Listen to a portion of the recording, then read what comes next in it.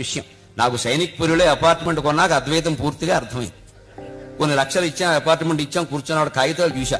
20 అపార్ట్మెంట్లు ఉన్న 500 గజాల స్థలం, అందులో 25 గజాలు నా పేరు రాశారు. నేను వెంటనే బిల్డర్ని అడిగా, ప్రకాష్ గారు నా 25 గజాలు ఏవి అన్న. ఎక్కడ చూపిస్తామండి అన్నాడు. అందులో 20 అపార్ట్మెంట్లు కట్టాక నా 25 గజాలు నాకు ఇవ్వండి, డబ్బు తీసుకున్నారు కదా మీరు అన్నాను. ఎలా చూపిస్తామండి అంటే, ఇప్పుడు ఇంత 25 గజాలు ఉన్నట్టా లేనట్టా, కాగితాల మీద ఉన్నట్టు వాస్తవంగా లేనట్టు. మరి శంకరాచార్య చెప్పింది కూడా అదే కదా, ప్రపంచం పారమార్థికంగా లేదు రాబ్బా, వ్యవహారికంగా ఉంది అన్నారు. ఇంకా అర్థం కావాలంటే అపార్ట్మెంట్ మధ్యలో కూర్చున్న కుర్చీ వేసుకుని ఇచ్చాం కదా, 25 లక్షలు కూర్చోవాలి కదా. కూర్చున్నాక చూసా ఈ అపార్ట్మెంట్ నాదేనా. కాపాడేవాడి గరికపాటి నరసింహారావు సన్న సూర్యనారాయణ రిజిస్ట్రేషన్ జరిగింది కదా, డబ్బులు ఇచ్చాం కదా. కానీ నాది కాదని అర్థమైంది. ఈ గోడ చూసా, ఆ గోడ నాది కాదు. అక్కడ పక్కన సరిపడికల పాపయ్య ఇంకోడు ఉన్నాడు, గోడ కామన్. ఏమన్నా మేకు కొడితే వాడు వస్తాడు, చప్పుడు అవుతుంది.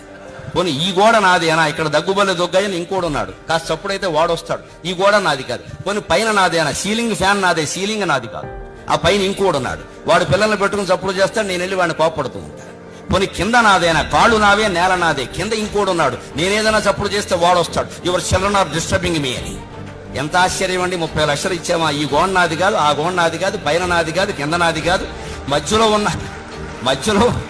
మధ్యలో ఉన్న శూన్యానికి 30 లక్షలు ఇచ్చి ఇది నాది అనుకుంటున్నావే. బ్రహ్మ సత్యం జగన్ మిథ్య అనడానికి ఇంకేమైనా కావాలా?